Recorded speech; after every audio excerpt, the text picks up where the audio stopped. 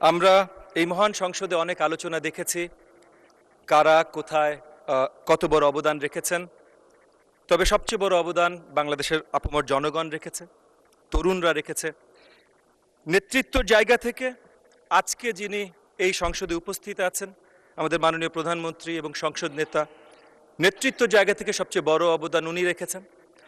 কিন্তু আজকে এই পার্লামেন্টে, এই মহান সংসদে যারা আছেন, আমার মনে এখানে এমন কেউ নেই যে বড়ভাবে এই কৃতিত্বের অধিকারী না।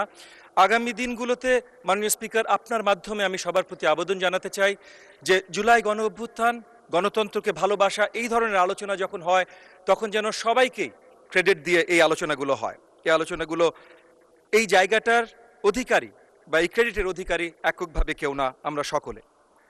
শিক্ষাঙ্গনের দায়িত্বে, প্রাথমিক শিক্ষার দায়িত্বে, প্রাথমিক শিক্ষা যেন আগামী দিনে বাংলাদেশকে অনুকরণ করার মতো হয়, বাংলাদেশকে যেন অন্য কাউকে অনুকরণ করতে না হয়, সেই ব্যবস্থা শুরু করিয়েছেন আমাদের সংসদ নেতা মাননীয় প্রধানমন্ত্রী।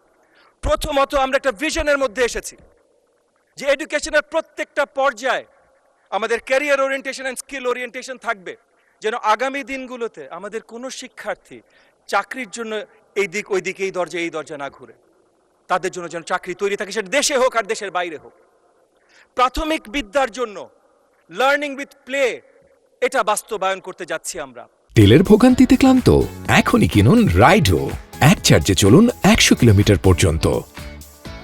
যেন আমাদের বাচ্চারা, শিশুরা 4 to 10, 4 থেকে 10 বয়সী শিশুরা, তারা যেন খেলতে খেলতে, গল্প বলা, গল্প শোনার মাধ্যমে তারা শিক্ষা গ্রহণ করতে পারে, এবং তারা যেন ক্লাসরুমে আসে, এই আশাটা যেন আমরা নিশ্চিত করতে পারি এই 2 কোটি 4 to 10 শিক্ষার্থীদের।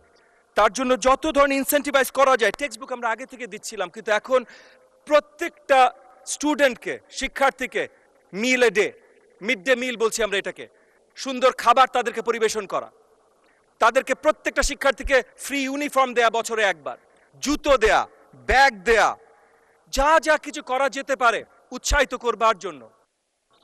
মাননীয় প্রতিমন্ত্রী, আপনাকে আর 2 মিনিট দেওয়া হলো, 2 মিনিটে সাম আপ করুন। জি, অসংখ্য ধন্যবাদ মাননীয় স্পিকার। যা যা কিছু করা যেতে পারে পরিবারদেরকে, শিক্ষার্থীদেরকে উৎসাহিত করবার জন্য, তারা যেন স্কুলে আসে, সবকিছু এই সরকার ব্যবস্থা করার কাজ শুরু করেছে ইতিমধ্যে। একই সাথে আমাদের শিক্ষার্থীরা যেন ক্লাসরুমে থাকে, মানে ক্লাসরুম আওয়ার্সটা 900 ঘন্টা ক্লাসরুম আওয়ার্স বছরে দেবার কথা, সেটা যেইভাবে নিশ্চিত করা যেতে পারে শক্তভাবে সেগুলোর কাজ আমরা করছি। সো খেলার মাধ্যমে পড়াশোনা, কালচারাল অ্যাক্টিভিটিস যেন তাদের পড়াশোনার মাধ্যমে আসে।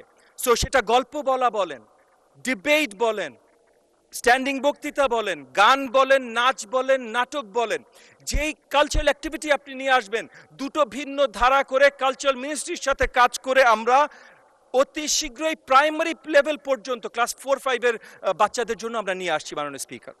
এডিশনালি আপনি শুনে খুশি হবেন, শিক্ষাঙ্গনকে আমরা খেলা কেন্দ্রিক করছি। Not just learning with play, not just শেখাটাই খেলার মাধ্যমে শিখবে, বাট অ্যাকচুয়াল ক্রীড়া যেন শিক্ষাঙ্গনে সঠিকভাবে পৌঁছে যায়। 7টা প্রপার খেলা আমরা ক্লাস 4-5 থেকে ইন্ট্রোডিউস করছি, যেটা সকল কাছে পৌঁছে যাবে। কালচার বলেছি, টিচারদেরকে স্পেশালি ট্রেন করা, তারা যেন এই যে নতুন যে curriculum, learning with play curriculum, এটার সাথে তারা ব্যবহৃত হতে পারে, সেগুলোর বিস্তার ব্যবস্থা আমরা করা শুরু করেছি। এবং টেকনোলজি, কারণ বিশ্ব এগিয়ে গেলে আমরা পিছিয়ে থাকতে পারি না। আমাদের ম্যানিফেস্টোতে ছিল, নির্বাচনী ম্যানিফেস্টোতে ছিল one teacher one tab policy, interactive classroom, এই সবগুলো বাস্তবায়ন করার কাজ আমরা শুরু করেছি। স্কলারশিপ দিচ্ছি, লোন দিচ্ছি, অনেক কিছু দিচ্ছি। সো এই দিকে আমি একদম শেষ করছি। আমাদের অপোজিশন বেঞ্চের জন্য, তাদের প্রতি আপনার মাধ্যমে আমি আবেদন জানাচ্ছি যে ওনারা কমপ্লেন নিশ্চয়ই করবেন, কিন্তু প্রাপ্তিগুলো যেন সাধুবাদ, ধন্যবাদ জানান।